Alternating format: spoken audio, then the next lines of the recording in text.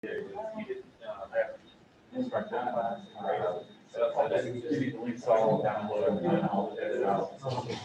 it takes typically a couple hours for it to process. Right. These longer ones. Oh, yeah. But since we stopped recording, it started again. But each of this recording is already processing. I'll get you. I didn't even touch them until the weekend. I'll get you this. All right, so I'm around for a little longer. Started great. Hey guys, thank you. Thank you. Thank you. Great year.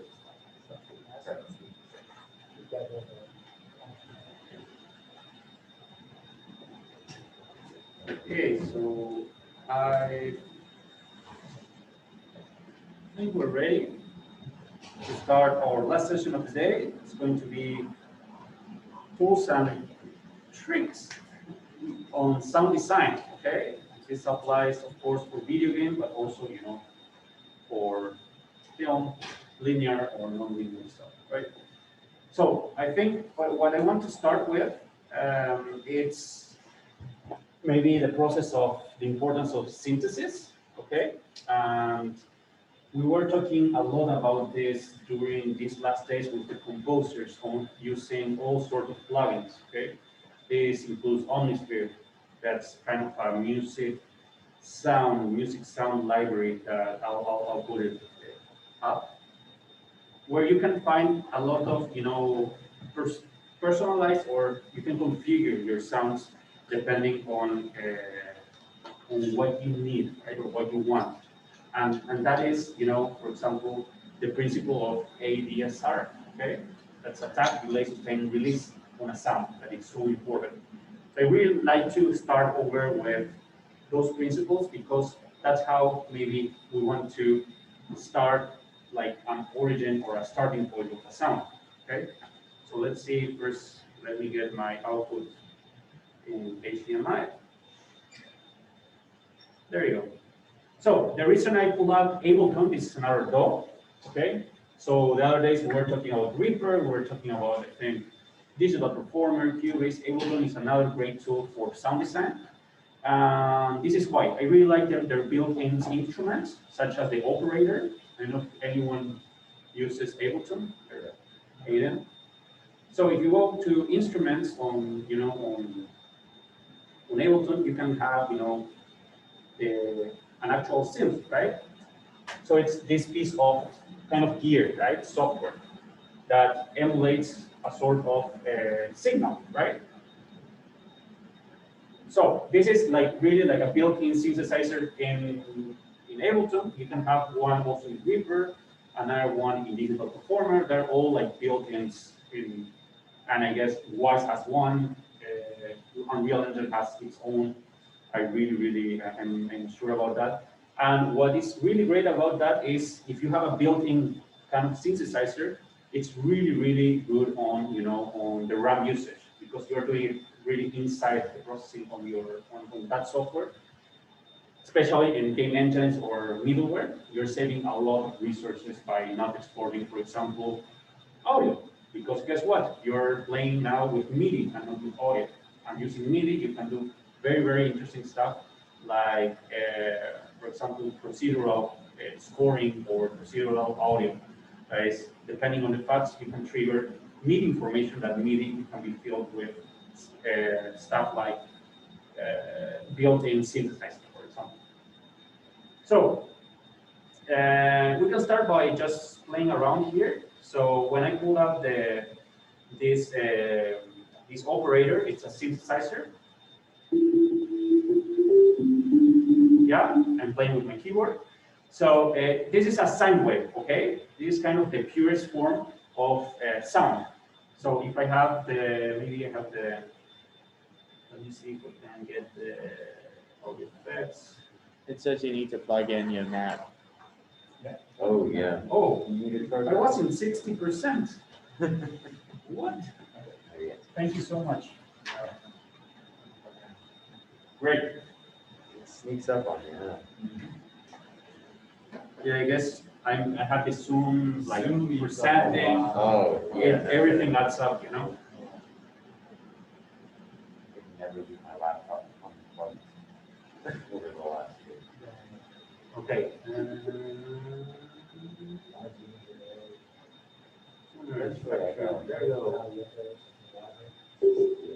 About a year ago, I got Okay, a seed. so here we have something called the frequency spectrum. There. Okay, as you see, we can have when I say it's the purest kind of tone, we can see that there's not like harmonics popping on top, right? Yeah. Right. You don't see like small little other kind of montes. So that's why when I mention it's the purest kind of sounds, is because of that. You get the fundamental, and that's it. Okay. So then stuff gets interesting as I switch to maybe a sawtooth wave. Okay, so now we have 3 more harmonics there, so stuff is getting interesting. We can get a square wave, yeah, and it has its own configuration and stuff. Okay, so maybe you heard this before. It's not so it's familiar for you. Okay, so let's see how can we build stuff or maybe those interesting sounds with a synthesizer, okay? So as I mentioned to you, we have something called an envelope, okay? The envelope here, I really like here, this kind of interface from the operator, that's the built-in plugin synthesizer from Ableton, and we have, oh, I didn't, okay. Okay, I'll be very careful. So I have 4 squares, yellow squares. I don't know if you see this. Okay, so this is pretty cool. So instead of having to worry where's my knob of attack, sustain, delay, and release, each square from this it represents exactly that. So I can pull up, for example, the attack of it. Okay, and delay it. So instead of saying doing ba, it's going to be blah. Okay.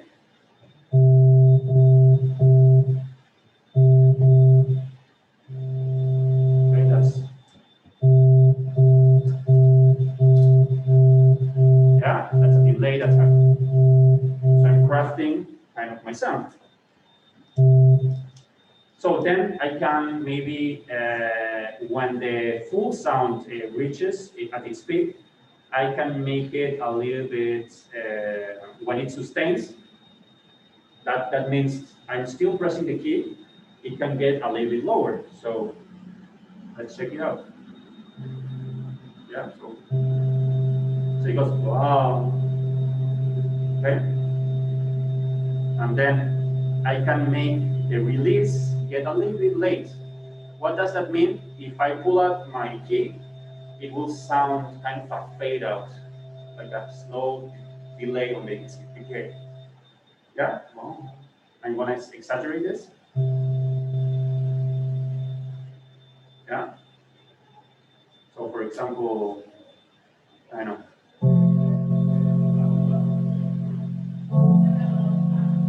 Yeah, that's why I'm like, wow, that's because of the attack and release. Yeah? So what I'm trying to tell you is we can manipulate this principle to everything we got. DSLs, Omnisphere stuff. I'm going to show you a little bit how can you manipulate all this stuff. Maybe we want to have like staccato, popish kind of sounds. So what we do is going to have a really strong attack and a very fast decay. Yeah.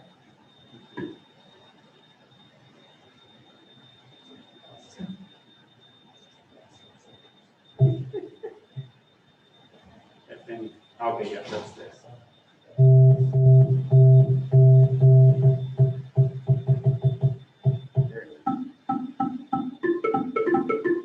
Yeah, total different sound. Yeah.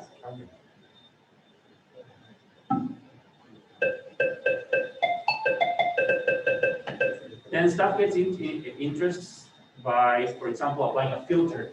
So, for example, this synthesizer has a built-in filter. Okay, it's like the same as I have like a high low-pass filter, and I'm kind of removing that those frequencies.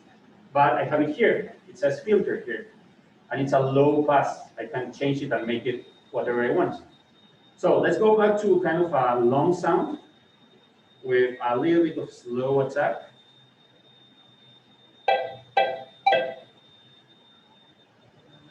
Oh, sure, wait.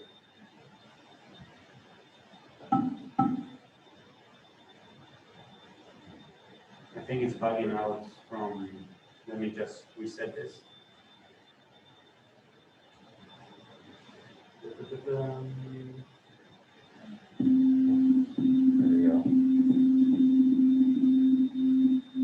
Yeah, so then it's like fun, like a fast type. Then maybe I will get rid of some of the harmonics of on top with the filter.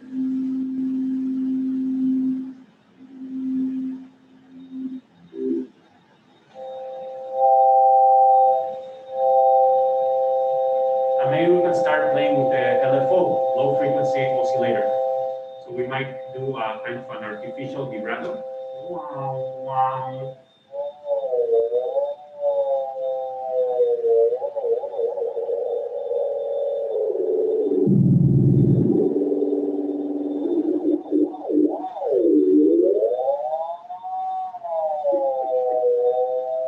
Very dramatic.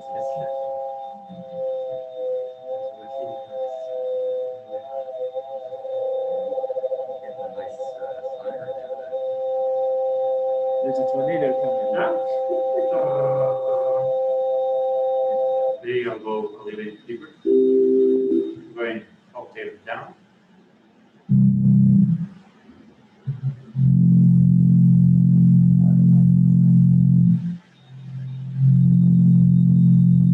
And maybe I'm gonna call a little bit of that reverb, some reverb, that I have a built-in reverb here as an auxiliary track. That again, Wise Unreal as a built-in reverb too. So you can send some of the signal from that synthesizer to the reverb to create a little bit more depth, right?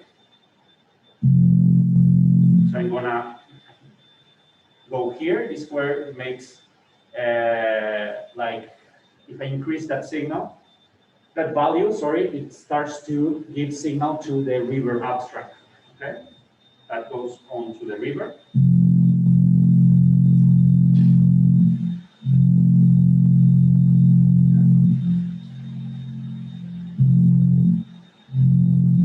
Maybe not too much, maybe I want something else from the reverb.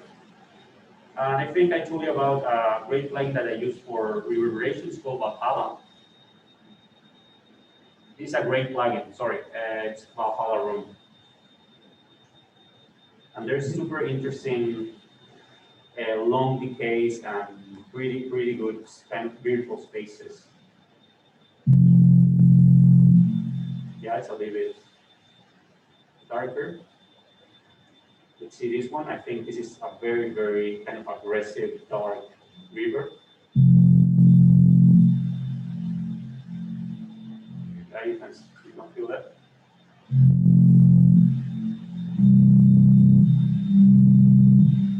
Yeah. So that's pretty cool. And well, most importantly, you can combine sounds with maybe something called connectors here in the operator, or stuff called FM synthesis, right? So basically, what we have here, we have 4 different kind of oscillators, right? Not oscillators, but types of waves or signal that we can create. So, for example, the first one, it's this one, yeah. But what I can do is activate the second one and create another sound out from this second input that I have from the same plugin, right?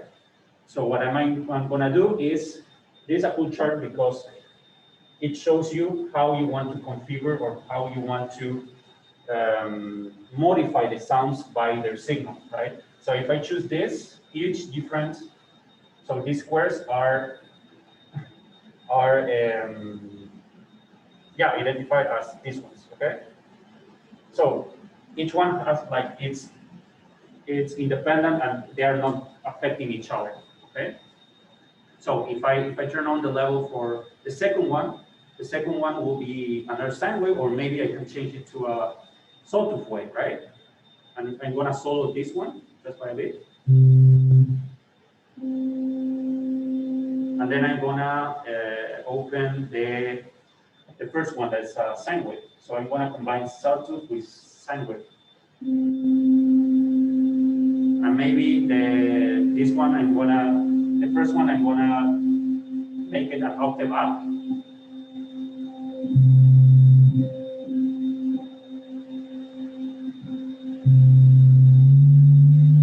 Or maybe detune it a little bit. We have the filter, remember that. There you go.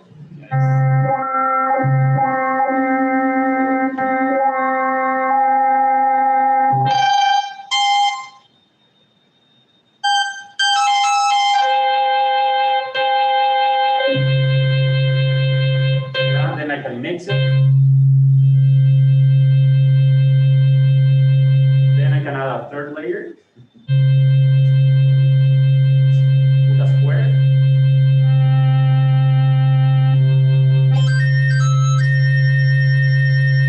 With an upward interval there. Something like this there. And maybe, why not? Let's try noise white, like just for having it there underneath.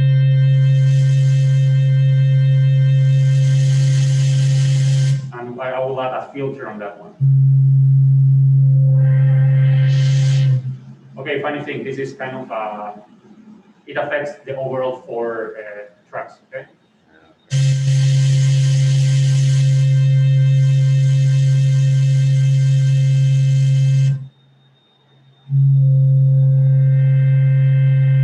Maybe I'll just add a high pass.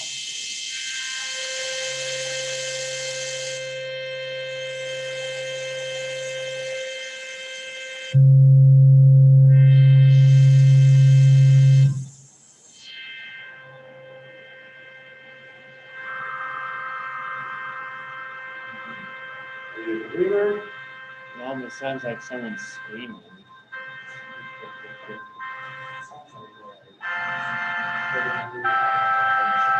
Sounds like a pipe organ, right? Something like that.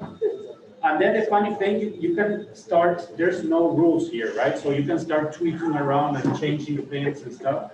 So for example, let's start by reorganizing how the 4 different levels or signals go through each other, right?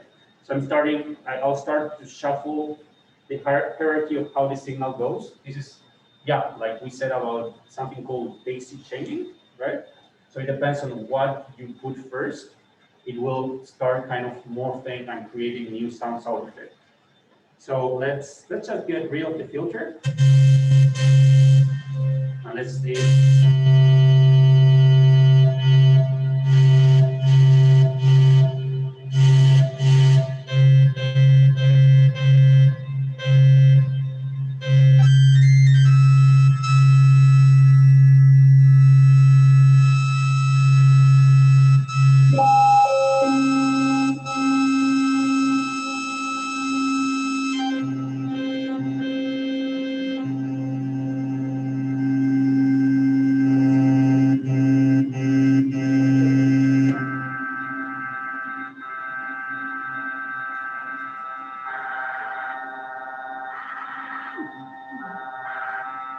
Sound like the AT&T dial-up phone. Yeah, and then you can, if you want, you can mute stuff. But this is really great to start experimenting and, you know, create something new from scratch. Okay.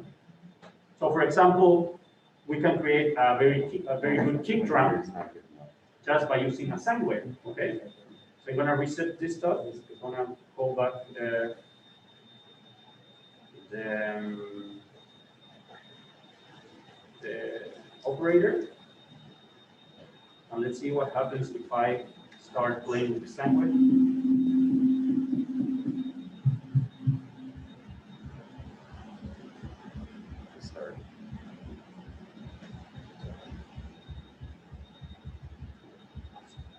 Okay. What about if we add some distortion with this, right? So everyone knows, like, you have a built-in distortion somewhere in your DAW, engine, whatever, right? So if I go and maybe it's an overdrive here.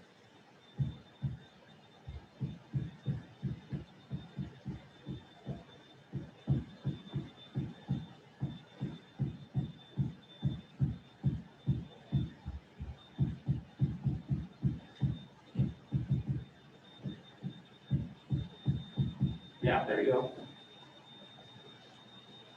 Maybe just get rid of the bass. Saturate a little bit.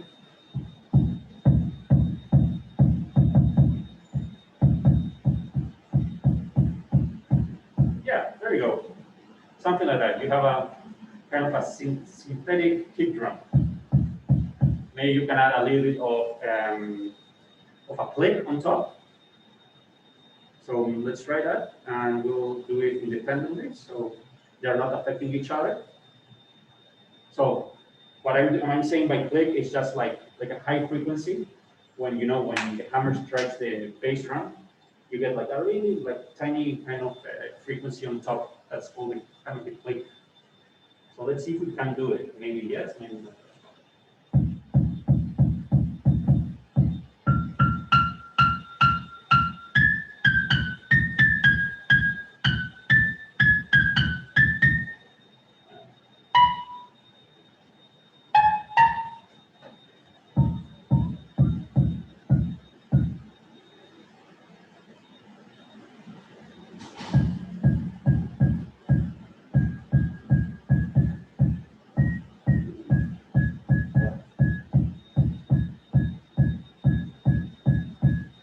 Something like that. I can work my way around, but it's a kind of fun stuff to do. Maybe we can also do like a snare drum, and we can have a complete kind of kick, like the percussion kick, just out of thin stuff, right? As well as we saw, like a very, very nice tool to do is a principle of just making a pad, right? A pad.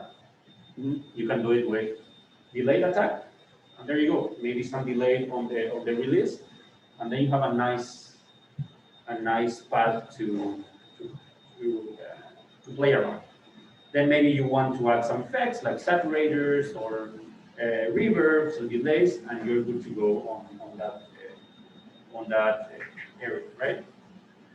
Okay, so we talked about some synthesis, and I want to go a little bit with Omnisphere, right? Because I think not everyone of you composers got to watch this with the team. I think with Spencer, we did a lot of Omnisphere stuff. But the same thing applies on Omnisphere. I have Omnisphere 1, so you can see like a little bit kind of similar things about it. So for example, if I go and select a pad, right? And I get this one, for example. Yeah, I load it, and then I have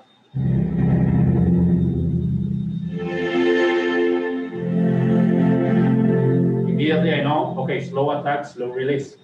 But maybe, we were yesterday with Spencer and Luis, and they were like, oh, it's just so, like, we changed notes and it's so delayed. And I said, hey, just shorten the delay. Don't search for another instrument, right? In order to do that, you go to the sound file, to the edit window, and there we go, ADSR. Okay, so I can turn all the way down the release. What will happen is as soon as I get my hands out of my keyboard, the sound will stop. So, yeah. Maybe I can get even the sustain. If I pull all the way up, yeah, it's too much. Or maybe you want to do that. I mean, And sometimes if you want the sound to be a little bit more slower, so it can be slower, you just delay the attack a little bit. Yeah. Or if you want the attack to be all of the sudden, like really fast, you go to 0. There's a lot of tails, so I'm gonna. So different. I was gonna say, it's almost starting to sound like a circular at this point. Yeah. And really important that I think you guys should know, it's sometimes there's complex presets in Omnisphere. This is kind of a gray area between music and sound design. So you may use these sounds or presets as sound design or maybe music as well. So that's pretty cool. So what I wanted to say, maybe there's complex sounds that they are really a mix between two sounds, okay? So maybe I need to find something that it's in fact a mix between two sounds. Okay, yeah, for example, this one, piano boy. Okay, yeah, so for example, in Omnisphere 1, we have 2 layers of sound. So sometimes presets can combine 2 sounding libraries, if you want to say that. So the first one is Evo Piano Tambura, and the second one is Evo Piano by Reading 2. Okay, and you can find them separately inside the browser. But also Omnisphere started combining, different sounds and putting them as presets, calling it Piano Boy. Okay, so as soon as you understand all this stuff, you get more in control of your sounds.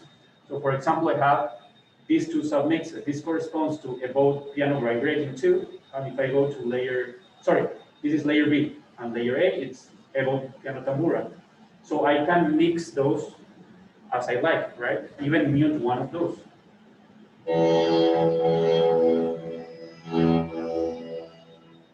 So I can get only this sound or bring the other one. And maybe I see that, the release is the decay is so long, so I just bring it down.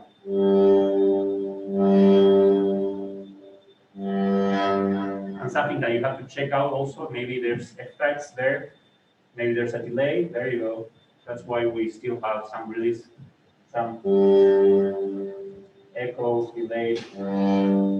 There we go. You can read up all that if you want, right? So it's very important to have control of your sounds, right? What is going on? Maybe it's not the decay, it's the fact that there's it's getting away from achieving your perfect sound, right? So pretty much, once you start realizing the principles of synthesis, you start applying them in Omnisphere, you start applying them even in virtual instruments. You can have the power on your legatos, on Spitfire, on Symphobia, or whatever you do. Control those attacks, those releases. Once you get, all the kind of the control of all these ADSR principle, you're in control of your mix, you're in control of your sounds. Okay? Any questions about ADSR? It's very effective if you have like a long attack on one instrument and then a short attack on another, but a long decay or release. You can, and short sustain, you can have it so that the sound begins with one and then it morphs into the other. So it's like a sharp attack in one timbre, like a striking of something, and then if there's like a magical residual, that could be like an afterglow sound. You can have that as a longer attack so that it doesn't occur right at the strike, but it kind of blossoms afterwards. And you can get some really neat effects, especially when you layer 5, 6 of these, and you have one that's a real sparkly timbre, so it might go kind of a clank, a little warm with a little sparkly things that follow it. It's all about, again, the ADSR. Those are your 4 letters. But don't those affect both at the same time? Oh, actually, you can go into each layer, I just realized. So yeah, you can go into each different timbre and put a different layer on there. And if it does happen to get too much where it isn't working in that one, you just open up another track right below it with a different instrument. Yeah, you don't have to do that. If there isn't a sparkle, you just play it really high and you just play a bunch of stuff in and just put it in. and work with it. Yeah. So, Guido, do you pretty much modify almost every preset you use? Yeah, I'm not in purpose. I'm not like going and searching for it. So I'm searching for how the if I like that preset, how can I fix it so it settles good in the mix, you know? For example, the delays, right? There's a long tail there that's like when I'm changing really fast in the harmony, I don't like to have the harmony before that just going around. So I might get rid of the echo or might close something so I can achieve that harmonies or maybe the feeling out of it. And the same goes to in Wise or Unreal. You can get all these synthetic elements into place with those principles. Great. So let's talk about something else. Let's talk about resampling. Anyone knows what resampling is? Resampling. Editing samples to make them your own? Sorry. Editing samples to make them your own? Yes, we can say that. Well, it is, yeah. So in here in Ableton, resample is just hearing what you can do it also in other DAWs, but you can make a channel, listen to what's going within in another channel, and you record that in the real time. And for example, make for example, I can make my Omnisphere track has a lot of like an immense reverb, and use the reverb tail from that instrument like a pad, right? And then that pad, I can make a pad out of it with chords and stuff. So let's try to do that. So for example, in Ableton, I can create an audio track and go to resampling. If I go to resampling, immediately we'll start hearing whatever is going around in the session, okay?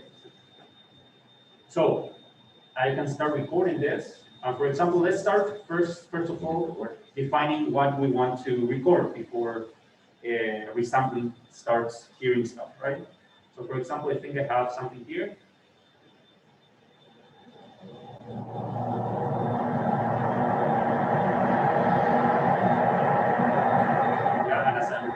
And I set up my reverb to have a really long decay. And I'm gonna record that. So resampling will hear all of that.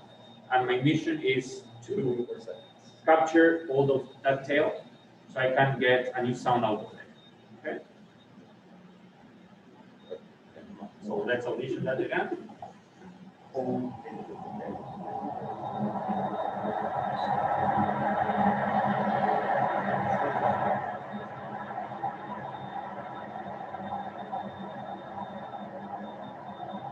It's a very long stuff. Maybe we can do it even longer. Okay. So I like that, and I'm going to record that just for a second. I'm not sure that slider goes all the way up.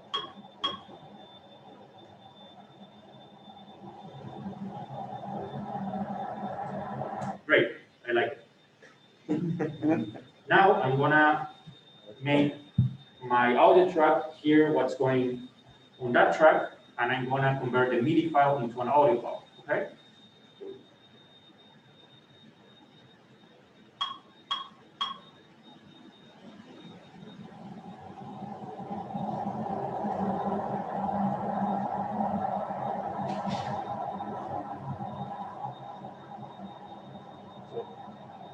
all of that is a river tail that Valhalla is generating from the harmonics of the original sound of Omnisphere.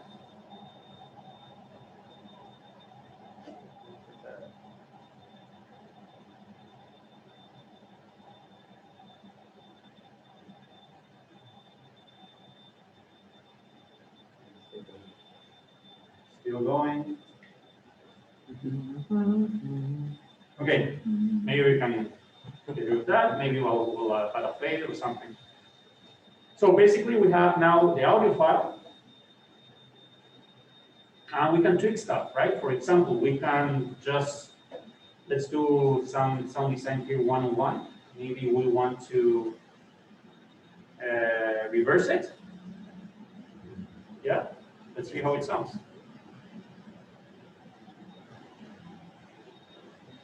So I can delete Omnisphere and we can work with this thing. So now we are like we have like a very long sweep, but it's reversed. I can pitch it up, I can pitch it down.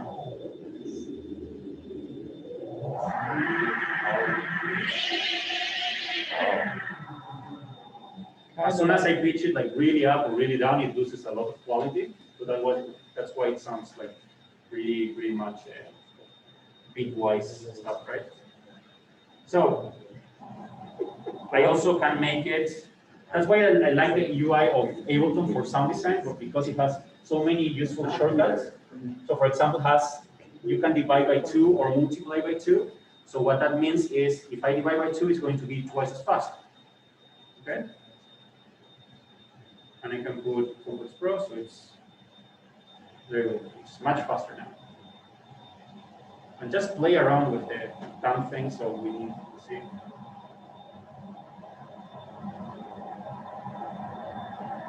Maybe even faster.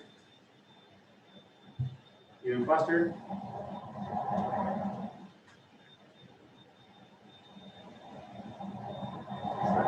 Crackle there. Yeah. Sounds like a car riding by. Yeah, interesting. Okay.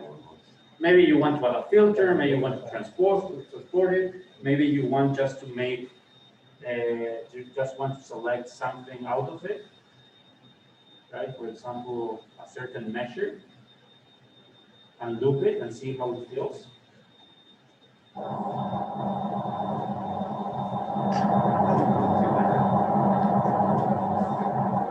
Yeah, that's why. You can hear a certain pulse, but that you can work around with it. Yeah, so now we have that kind of fat out of a reverb, right? That's pretty cool. Wait, which Omnisphere pass did you use? I used Cycle, I think it's called Effects and Noise. Oh, okay. Creepy crawlies, apparently. Yeah, pretty cool. Through that we divide the wind. What? Through that we divide the wind. Yeah, there you go. You can do wind with that, or maybe I really like Wise or Unreal, because for doing wind, you can have the noise center playing around. So it's very low consuming. You're not dealing again with audio. You're dealing with video, and you're using the same engine, like the same plugin from the engine. So for example, you can loop this small file and make it part of your audio band, and then call it back as a loop with MIDI in a level. You get this loop underneath, and you get that ambience, like very low. Right? We're listening really loud, but I can go on and lower it, right? Yeah. So that might be kind of a noise floor from a level, right? Or like a far off highway or something. Yeah, there you go. You're doing Foley here. Great. So then you can, you can do a lot of stuff with resampling. Okay, so I don't know, like speaking about noises and stuff, and like we talked about bleeding when we're recording something, and sometimes there's this AC kind of noise, or we're recording some footsteps, and there's these birds coming along, and how can we deal with that? For example, if we recorded that and we can go back and record something else, right? There's ways to get rid of all this unnecessary noise, right? I don't know if you're familiar with Isotope. Isotope, okay, great. Isotope is kind of a plugin company as well, and they focus more on, I guess I will call it post-production stuff, and they have this collection called RX. RX, what it does, it's like a collection of post-production stuff that it means to clean up audio, okay? So let's try and record something with my voice from my mic of my laptop, and let's see. Of course, we'll have. I mean, we can't. Yeah, it's going to be a challenging because we'll want to play back the same noise, right? But my like what I wanted to do is just wanted to clean up the unwanted noise. So let's check it. Let's check it out. Let's see if we can do it. Okay, audio. Okay. And I might go to built-in. No device, built-in microphone. There you go. And I'm gonna record something. Yeah. This one wasn't.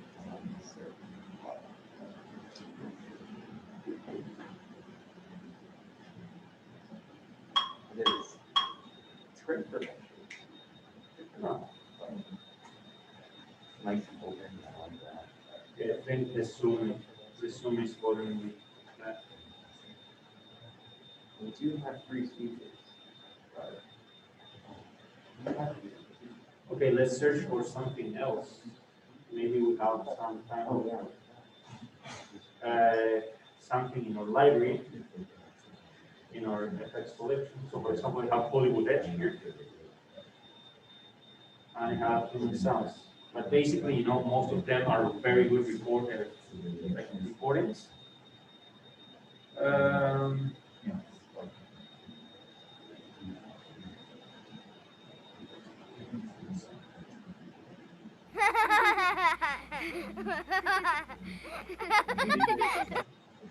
Is it?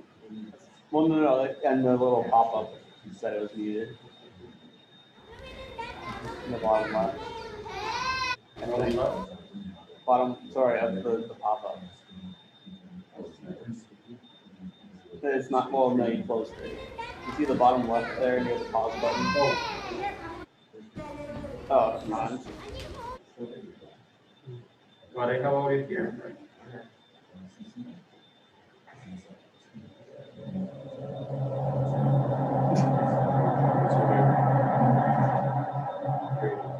So I guess if I put it, it should work.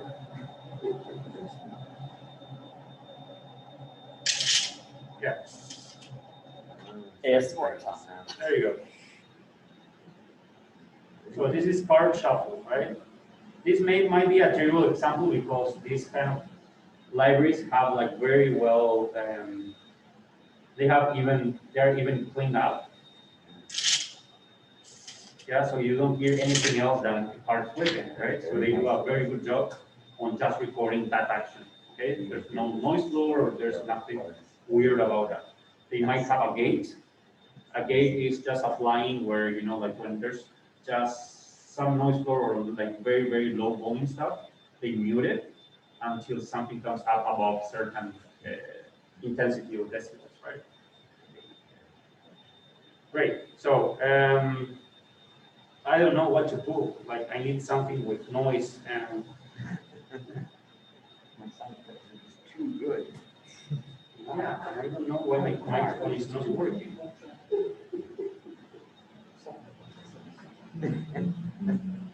But you do get some online sound effects that are free. Yeah. They'll I think that's a good they'll idea. have a lot of noise because that's why they're free.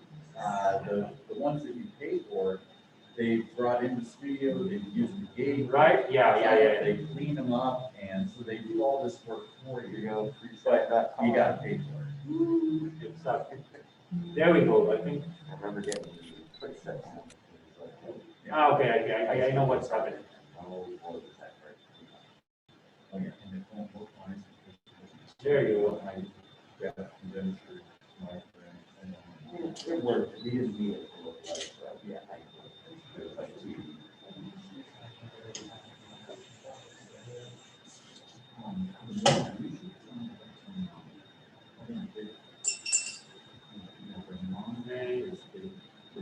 Footsteps, maybe footsteps.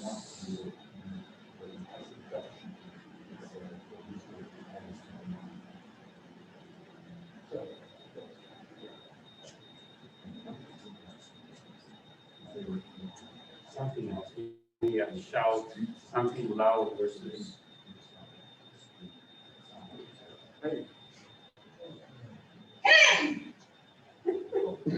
That'll work. That has. Yeah, right. It has some noise blur there, okay? Yeah. So this stuff, like for example, what I want to show you, I want to get rid of all this noise blur that might be here. There's like a lot of there's several ways we can do this, but let's just log into download. Here. And we might download it here. There you go.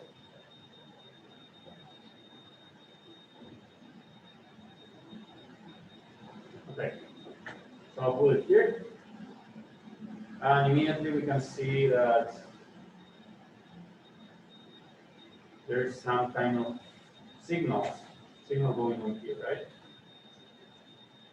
If I look this, there's signal. This is kind of bleeding stuff. We don't want that.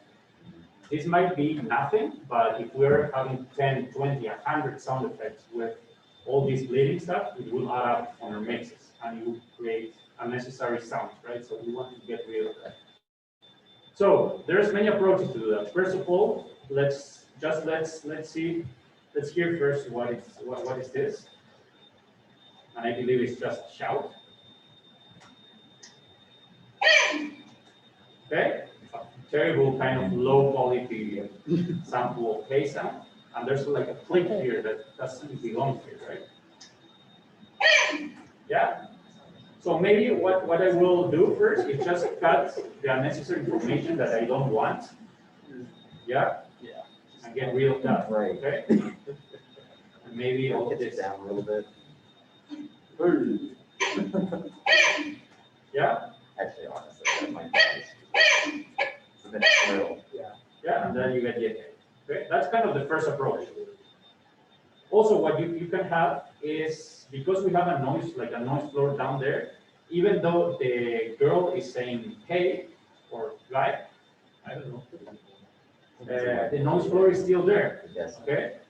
So if you have the opportunity to have some of that noise floor, that's really helpful for this program to know what are those frequencies. So when the girl is saying hey, those frequencies are not adding up on this when she screams, right?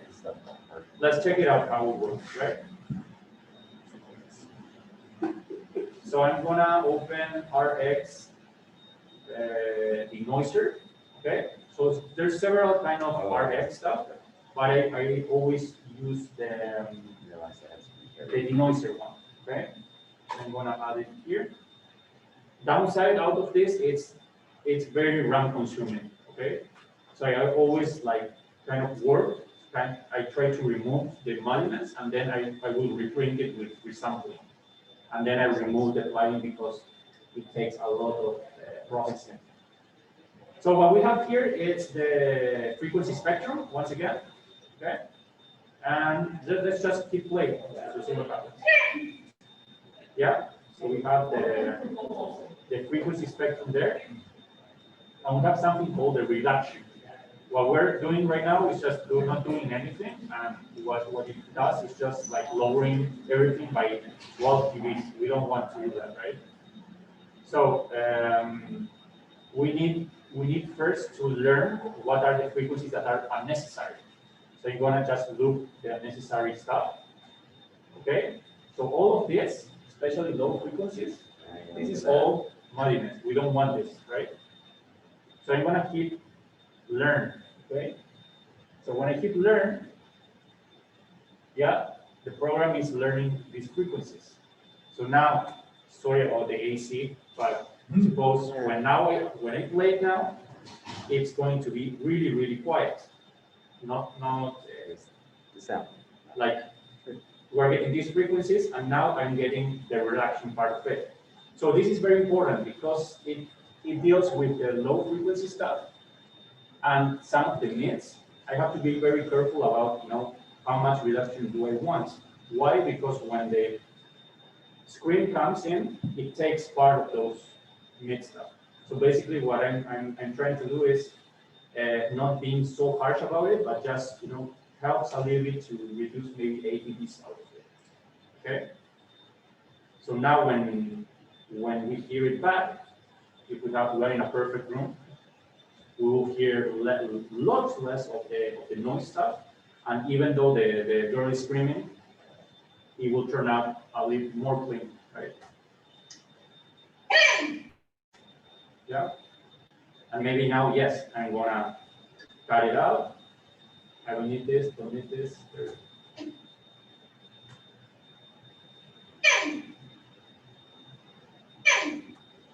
This is weird. There you go. Yeah. Yeah. That's a lot better. Right. I'm gonna bypass it. So let's see how it sounded. And the noise reduction, take out some of that. I don't like Yeah, maybe it's much better. We can't hear the difference because of this. So what I will do is now create another audio track, and I'm gonna print this, okay, with the processing. So I can print it and get rid of that flag. So I'm gonna do this, resampling, There is a very much lower in that voice. and record. Come on, come on. I need it. Yeah. There is a easier your life is in general.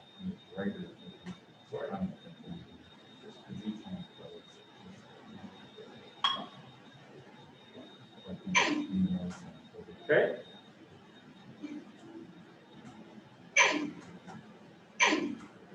That's so weird. I know. There's no more aspiration in it. I wonder if it's the Zoom messing with it. Maybe, yeah, let's go again. Maybe a little bit of room. There you go. Okay.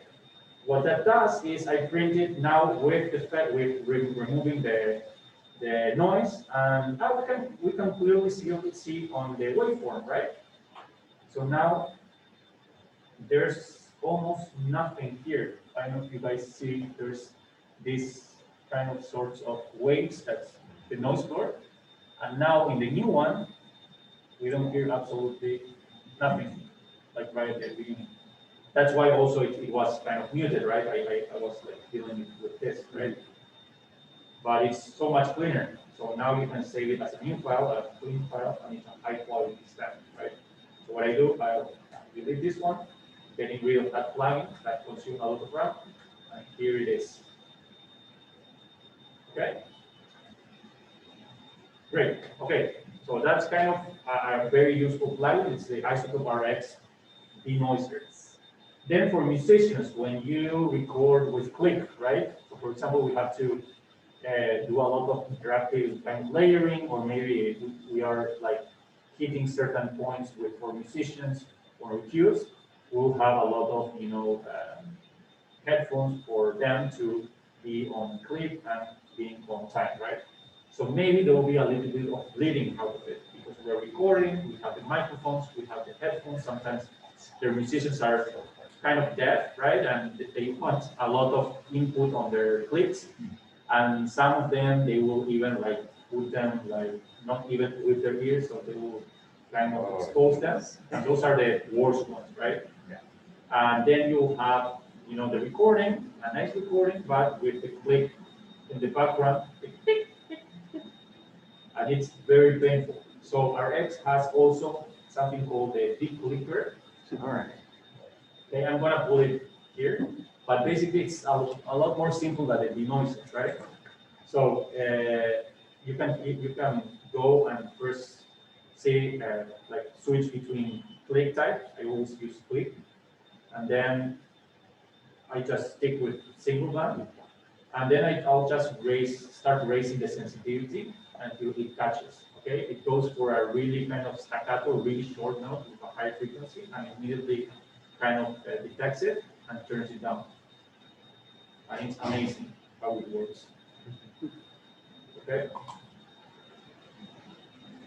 great. So then we have with ADR sessions, we have also Dialog Denoiser. It works as a multiband compressor, but it's great for example, if you're yeah, doing a lot of kind of, yeah, dialogue recording, I guess. I honestly don't, I think I used it once, but I think the useful, very useful ones are the denoiser, the declicker, and also the reverb. Okay, so for example, what your friend told us today, you know, like, oh, there's sometimes, you know, that I have to go really inside my, you know, my closet. And guess what? Yes, it really helps having, you know, the acoustics in perfect shape. But sometimes, you know, you can do that, but there's gonna be extra reverb something. So the reverb really helps on getting rid of unnecessary reverb. So how it works is it gets, for example, you start playing something. I need an example. I don't know, like maybe let's see if we can get a cave, sound cave or something with huge a reverb tail. Cave, cold, something. Combo caves. Something that has. Failing that, I know the BBC orchestra sounds we were looking at earlier have a lot of Reverb, right? that even if you turn the internal reverb down Yeah, all the well, way, let's it's still check it out. there. Yeah, maybe we can. Like I was doing something with the marimba and I was just like, I kind of had to scrap it because it was so wet that I couldn't really use it. Yeah, well, what you can do is purchase the second, like the next tire. And Well, yeah, right. The room mics, right? Yeah, that would be the move. Yes. So, for example, we can get. Let's pull out. I don't know, like contact player. And let's get the DVC. There we go. And let's put a virtual instrument such as a cello or a violin. You have this one? Yes. Yeah. It's free, right? It's free. Great. So I have it here, and I should play something. And as we know, it's the free tire, so it might have some reverb from the true mic.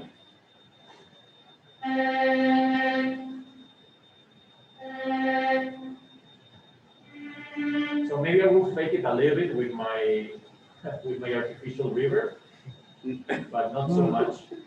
Reverb, deep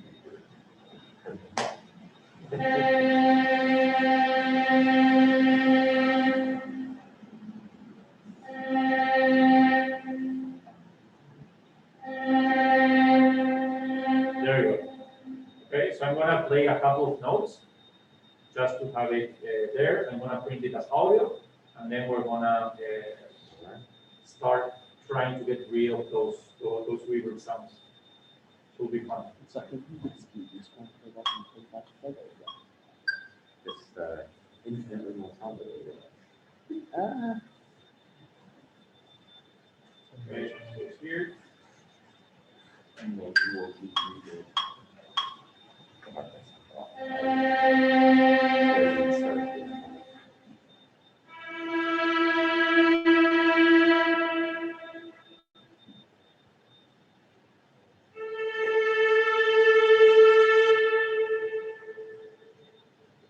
Okay, I'm gonna just separate just a little bit the first note from the second one because I think it was too soon.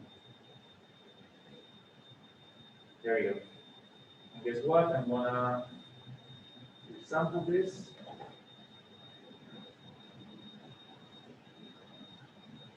And there you go.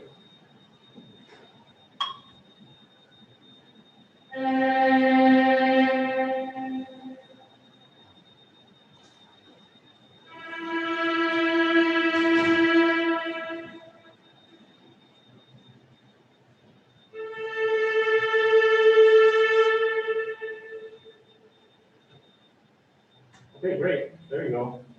I printed those notes with added reverb. Okay, so I'm gonna get rid of the BBC. I don't need it anymore, and I'm gonna get the RX.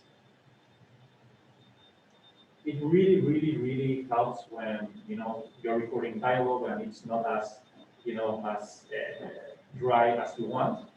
You can add those that effect, right? So I'm gonna get the reverb on the audio, and I'm gonna hit learn. Let's see what happens.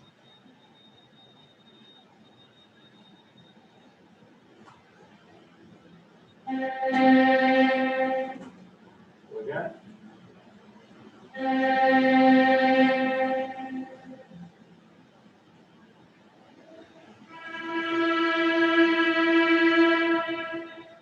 So it detects that river tail, okay, and it adjusts the sound of it, okay. So let's see what it does.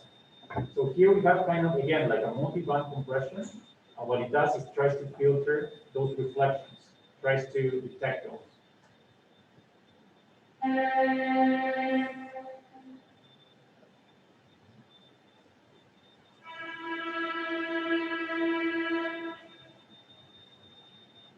So specifically, when the sound just ends and starts to kind of identify the tail, that's when the compression starts, or it's not compression, it's just the gain goes down on like multiple those 4 sections, low, mid, and high from this frequency spectrum, and tries to bring them down. So it kind of makes the illusion that it's getting wet. It's getting dry, the sound. Okay. So maybe I have to, let's see if I just make this, because I made it sound just for 2 of the sounds. Let's just make it learn just 1 sound.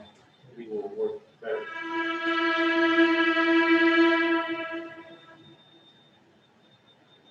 Okay. There you go. Let's see. Yeah, much better. So this is all, like all the yellow stuff that you see in real time. It's all the, the filtering that it does, removing those echoes, cancellation. Okay. So maybe I'm done with that. Maybe I will tweak it. Again, you can be very specific on how much you want to reduce. Maybe not too much. Maybe a lot. Okay. 10 or 8 is it's okay. It's just to polish it a little bit. Again, this RX stuff, it's not to use it aggressively. It's just like a little bit to help on the process. That's why I always say that the best thing to do is get the perfect take on the recording process. Don't rely on the post-production, because that's not the way to go, okay, guys? Great. So after that, I will sample again the same stuff. And let's see how the shape of the waveforms are upgraded.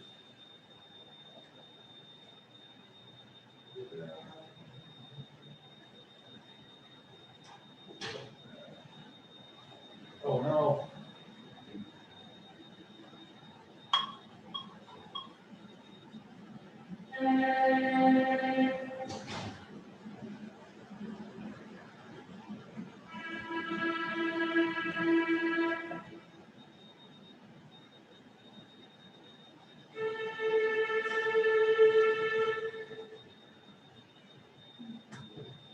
Yeah, well, it certainly kind of worked. I guess it did something kind of weird, just like lower the general volume. But if you use it with, with noise floor combined with natural reverb, especially on rooms, it really works. For example, even though I use it on my studio is acoustically treated, and I record violin, for example, it doesn't have the perfect acoustic. Yes, it really helps, but then I use a little bit of this plugin, and it really helps out just getting like really dry sound, and I combine it with denoiser and the reverb. Those are the 2 main ones. And then I print it so it's not on my system, and it really helps on my processing stuff. Does everything makes sense? Yeah, we went to like a more cleaning side of things, but I think it's very important.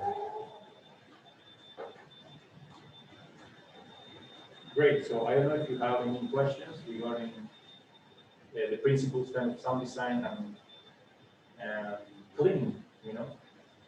give a tip. The opposite of this, cleaning up is when you've got a sound and you want to make it cleaner. If you're looking for a new sound, you can take a sound and apply some of these. And I found once by doing sound expansion and then compression again, as far as over and over, each time the computer is going to interject some artificial data into the sound file to fill in the gaps, as it were. And those are aliases or artifacts. Those can sometimes create a very unique alien kind of effect, because it adds an unreal sound to it. And then especially if you take the sound and do extreme processing. Now, as he said, in commercial mixing, you use as light of an effect as possible, because the more you use, the more it's going to distort your sound. But when you're trying to get distortion and weirdness, use extreme effects. Try lengthening something by 70 times. And all the little things that used to be harmonics, because they're such a high frequency, suddenly are brought down into the audio spectrum, and you hear all of those frequencies as sound, not as timbre. And the greatest thing, you take one drop of water, put it in a glass, record it, stretch it, and you hear this whole, like, turn it into a 3-minute sound file. I mean, extreme stretching. And you'll hear this whole changing, weird aural landscape. And every now and then you'll find something like that, and you go, oh my gosh, this moment is the perfect kind of, what happens when, something happens. You need that weird sound effect that just no one else has thought of. You can find a world of sounds in things by just trying those extremes. And yeah, that's a great little tool. Try to break it, is what I always say. You can't break the software, but break the sound. Stretch it so hard that you think, man, no one's ever done that. Or, ultra compress it. Reasonable would never do this. Yeah. In fact, at the beginning, remember he was doing the vibrato sound, and then when he increased it, it turned into a different timbre. Yeah, it was like, That's FM synthesis.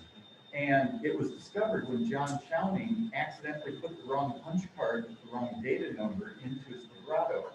And so instead of doing like 5 cycles per second vibrato, he put in a card that had 500. And all of a sudden, the sound that sounded like a bell ringing came out. And so it was accidentally discovered by putting the wrong data card in a stack of 4-track cards. Session of reverse engineering. Oh yeah, and it's like, what happened? And then you go through and you find, oh, that was set at 500, not 5. And so these extreme effects can produce sometimes boring, but sometimes really great sounds. And when you find those, save them. If you don't need them now, you might need them later. So that's my tip. Great. So I just put a water sound here. Huh. So if we do exactly what the front said, first we'll hear it.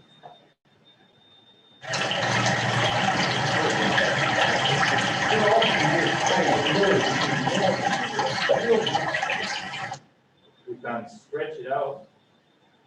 Let's just double that. We'll put something called algorithm Right. or complex pro just to perceive, like maintain its pitch as much as we can. Oh, wait, so you're keeping it at the same pitch. Now, those are artifacts. It's converting Right. data yeah. Oh, Maybe too much. I like it. there's definitely certain concepts where like, that, I was gonna say, that does have to be able to detect the what? but it, like, it's become very Italian, but yet there's still that,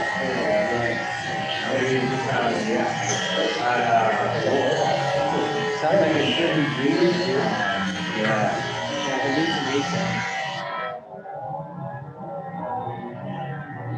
Sound delay. That's something you can't. thing way down, you get some techno bass.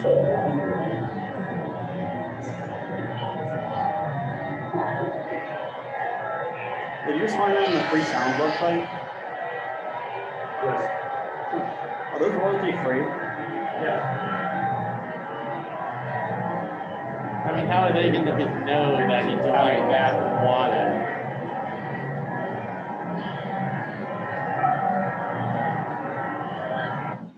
Yeah. Or maybe we can pitch it down. I'm gonna go original sound again. And let's try to pitch it down and see what happens.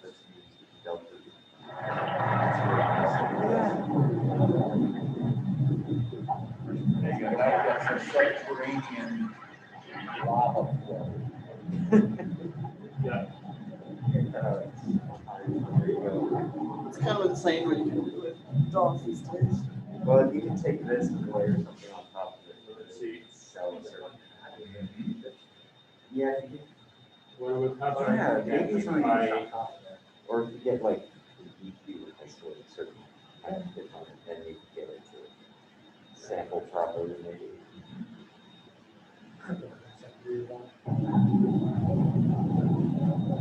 Put a lot of reverb in it, and then again, make a bar out of it.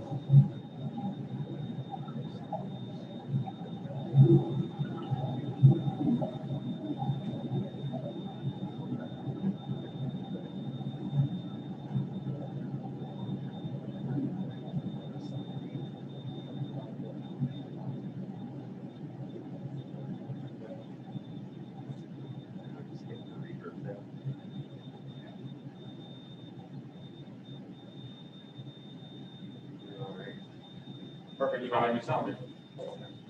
For complementary air conditioning. And maybe we can get the full spectrum out of it.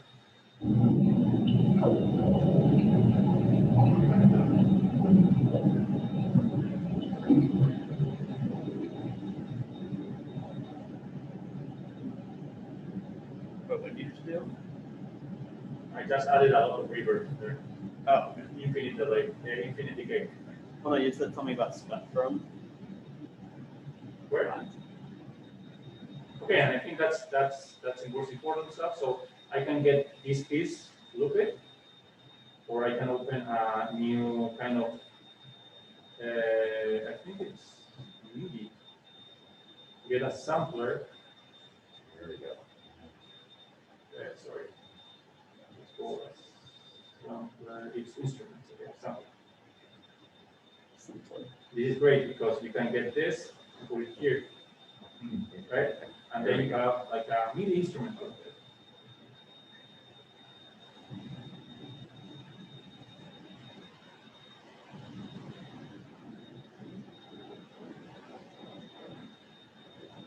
Yeah, it's really subtle. Okay, so maybe I will raise it a little bit. Sorry, let's do this. Maybe I can do it a little bit again. There you go. The bad thing about this is I can't get a pitch out of it, but I can play.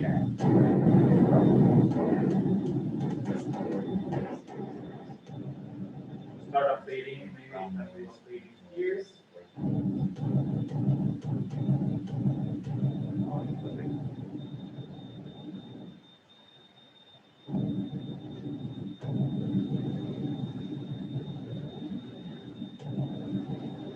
now if you lower that, you've got the Starship Enterprise, you know, there's always that. There you go. Oh, yeah. Background.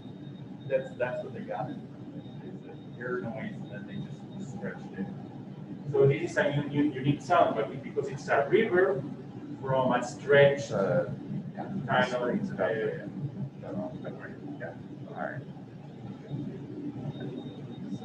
Yeah, so it's looping all the way around. So let's create now a tonal pad, okay? Because this was like a noise pad. We're gonna get once again the BBC. We get a violin or a cello. And let's try to do that, okay? Let's try to make a pad out of a cello tail, okay? Hold on.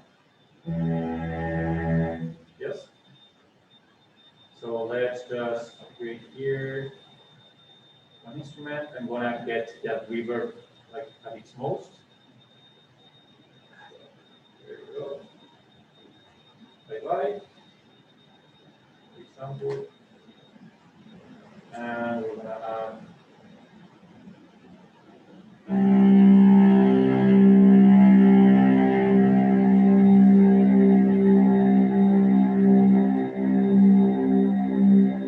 this is going to be so cool.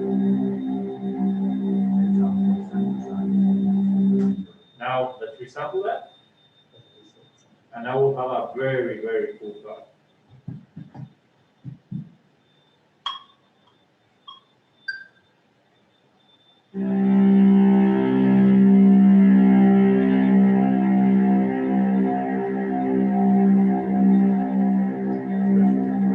Now we will add some filters and reverbs, and it's going to be awesome.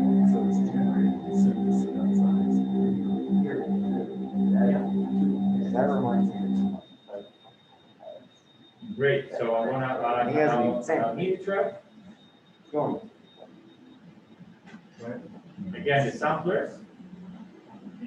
So this time I'm gonna get the tail here. And I'm gonna play it.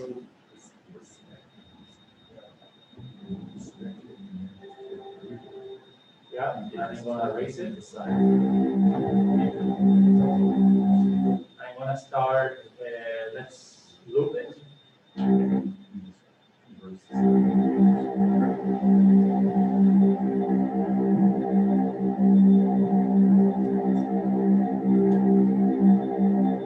Let's see if we can get zero kind of crossface.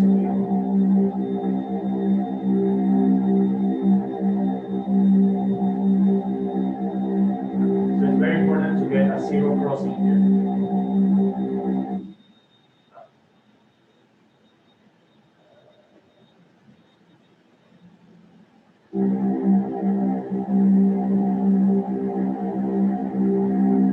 Something like that.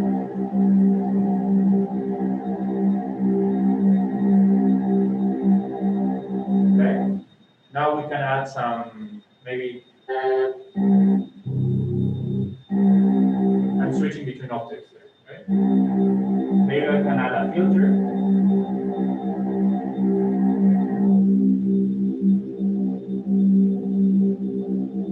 Maybe some overdrives.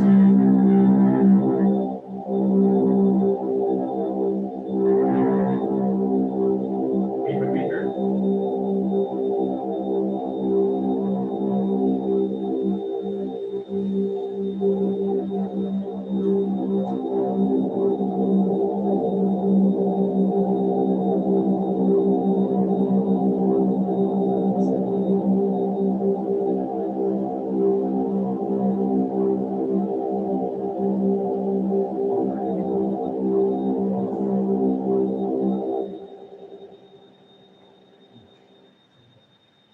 Or maybe a ping pong delay.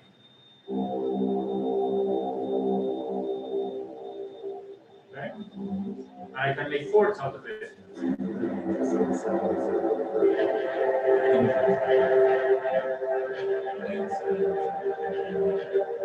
You want to get real the overdrive?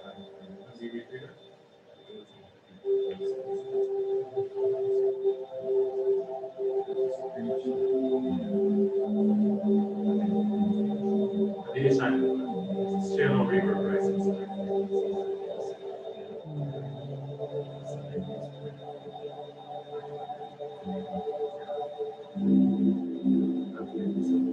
Playing A minor chord, C minor.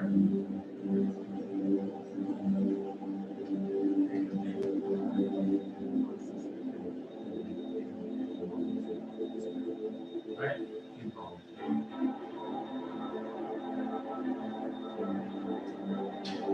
There you go. You have a unique pattern. Not even Omnisphere has that. Nice.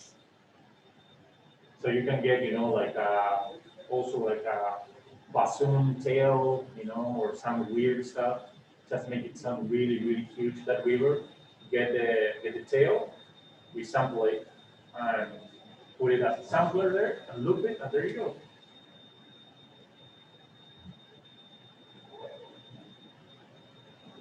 one of the things we were kind of doing a sidebar discussion on was how, you know, some of these, it started to sound like at one point, like one of the land speeders from Star Wars on Tatooine. And then we got into, you know, well, the TIE fighters have that, it was like what is it, elephant screech or something like that they process. And this is where a little psychoacoustics comes in. If you do the same thing with a terrifying sound or a scream, those frequencies elicit a psychological response. So if you play a baby scream and then you process it so it's not a baby scream anymore, but it's going to make people naturally afraid. Or every mom in the audience will probably go, oh, it's danger, something's wrong. So by having an elephant screech as a, you know, for the TIE fighter sound, there was a natural fear factor built in. You notice that the X-Wings don't have that. They sound, you hear an X-Wing coming and you go, oh yay, that's good. You hear a TIE fighter sound and there's a natural, oh, that's danger, danger, danger. There are certain frequencies and certain patterns that actually elicit those natural responses, and sound designers in Hollywood are very aware of that. And they'll design sounds that will either create fear, terror. You can take a German Plankston, and yeah, that you process that, it's going to elicit fear and urgency.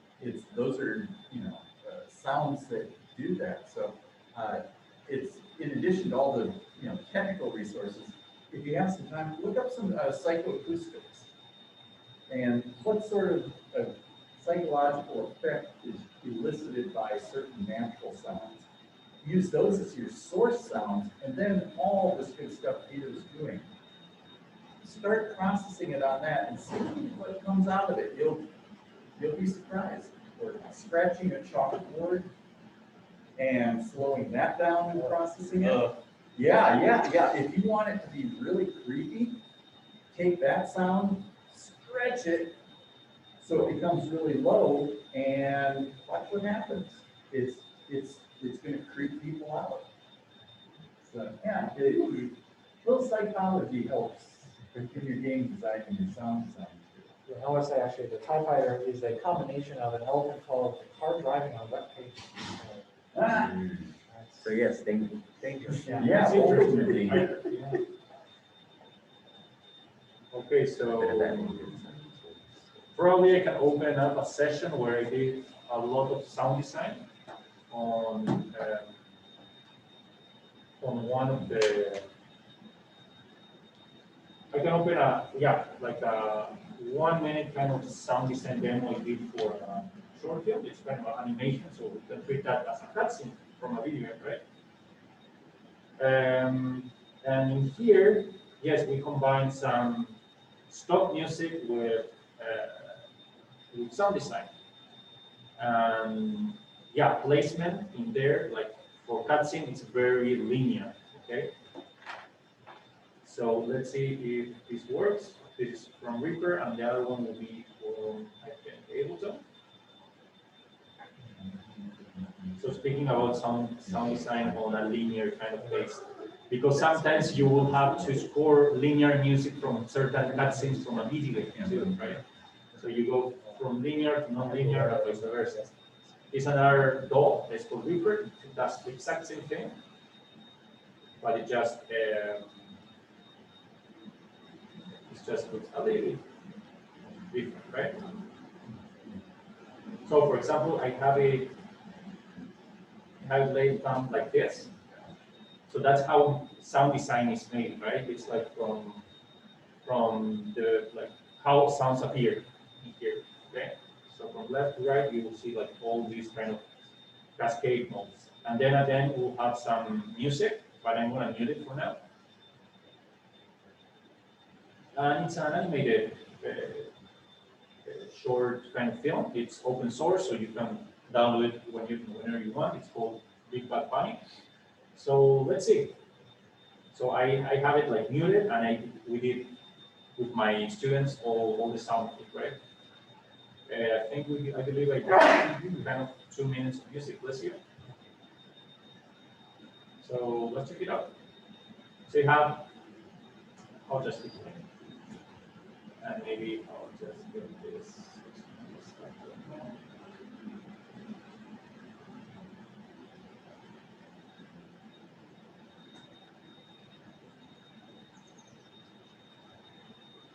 So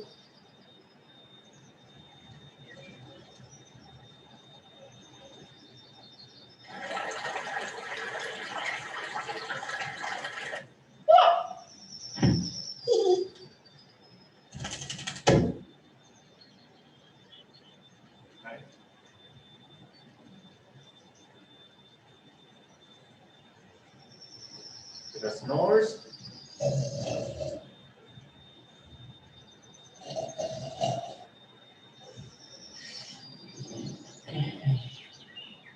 So most of those are effect libraries, okay? And I think the snore is me recorded by a microphone.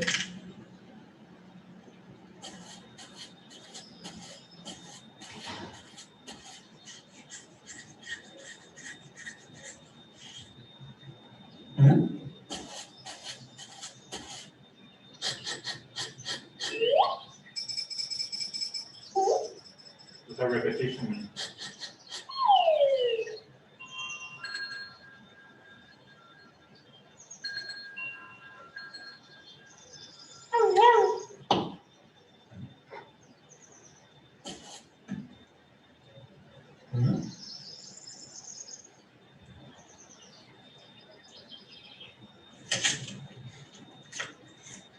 Some Foley.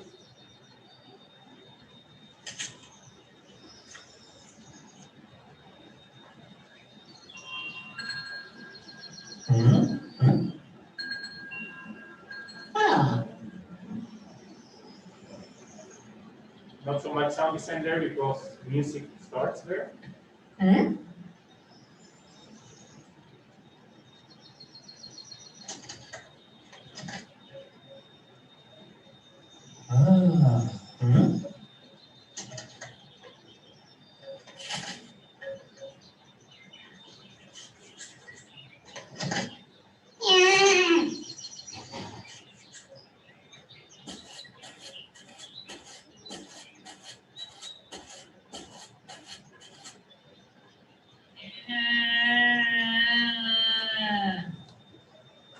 Okay, so that's kind of a more approached linear mode of sound effects. Okay, so I was telling here that when in videos you can have also linear media, sometimes like cutscenes, and they will send that to you as kind of a short film or like cutscenes, and that's when you have to score it as a linear music, and it's going to be played somewhere between the video game, right? And then we'll have like placeholder music, for example, right? Like just we saw on Monday about as part of the music supervision process. So this is stock music that we use. You might know it, right?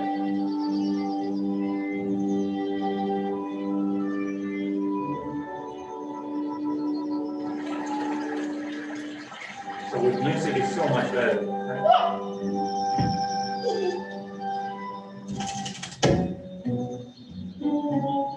Let's switch genres.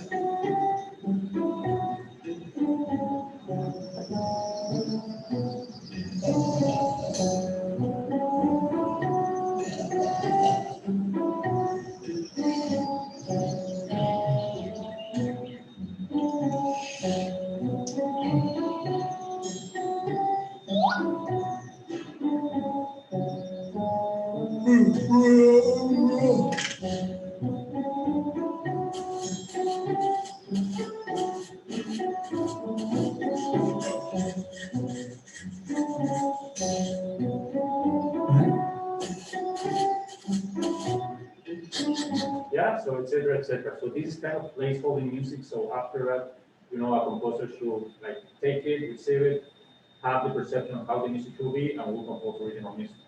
It's not perfect, but it's just placeholder music, so somehow it works, right?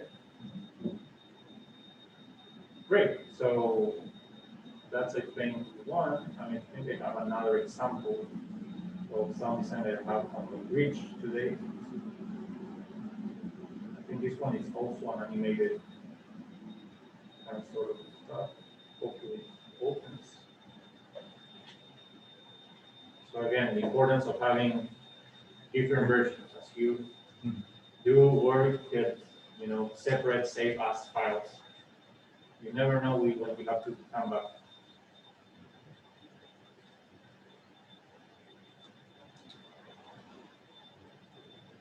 I think I'll show this. And then we can drop out.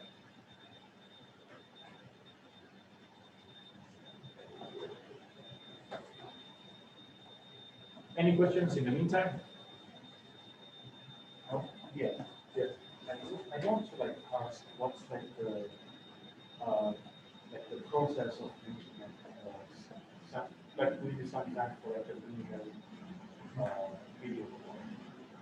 Yeah, so it's a lot of syncing, like for example, in music, we have to be very aware how to sync the music, and we have this thing called tempo and clip tracks that we need to sort of figure out to be in sync maybe with some camera cuts or certain actions of the scene.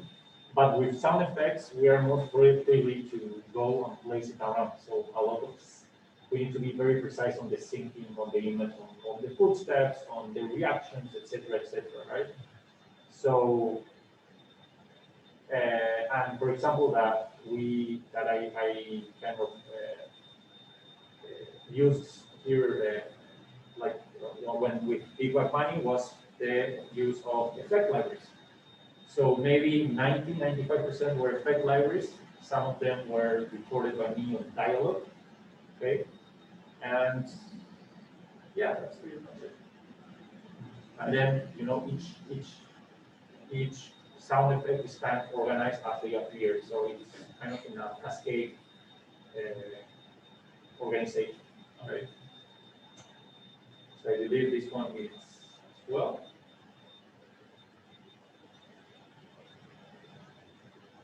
Okay, so this is also kind of sound design.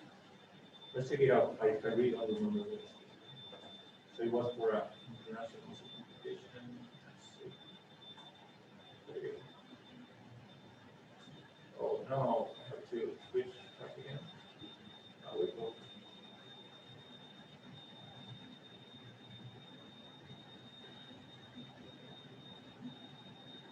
So subtle.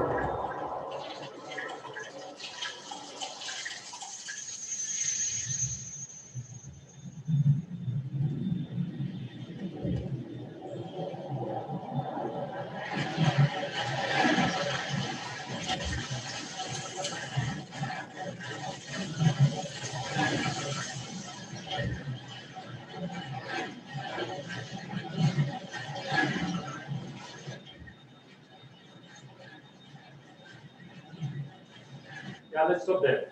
I mean, it's 5 minutes more of some things, but here, for example, I think when we zoom out of this eye of the rat, right, we use automation, right? For example, filters. So it slowly appears, I guess, the traffic in here. So let's check it out. This low-pass filter, as it progresses, it's going out of the perception of the rat, the filter starts opening up, right? Let's see it with the video. So this is a great tool to have.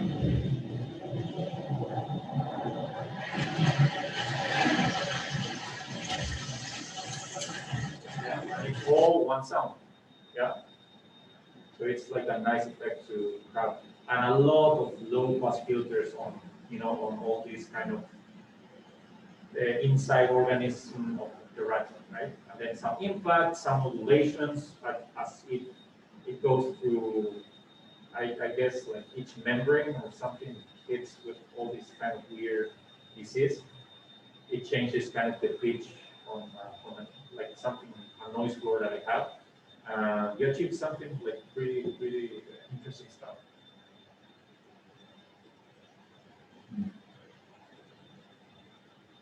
But I guess we can talk about this like hours and hours.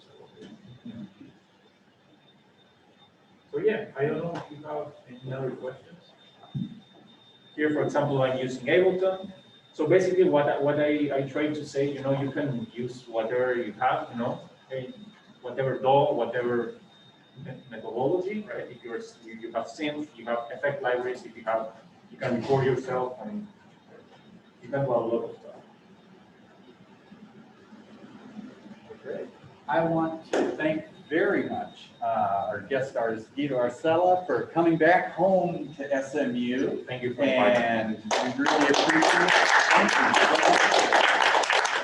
I hope when all of you are out there and rich and successful, you'll come back and we'll do another workshop with you leading it. So Yes. Get out there and make some great art and some great games. And feel free to be in touch, and remember to check the website and email me all the links that you can about stuff that we talked about today and ideas that we can put on the page and share with everyone else. Okay, great. Thanks, and I'll be sending out also a quick question.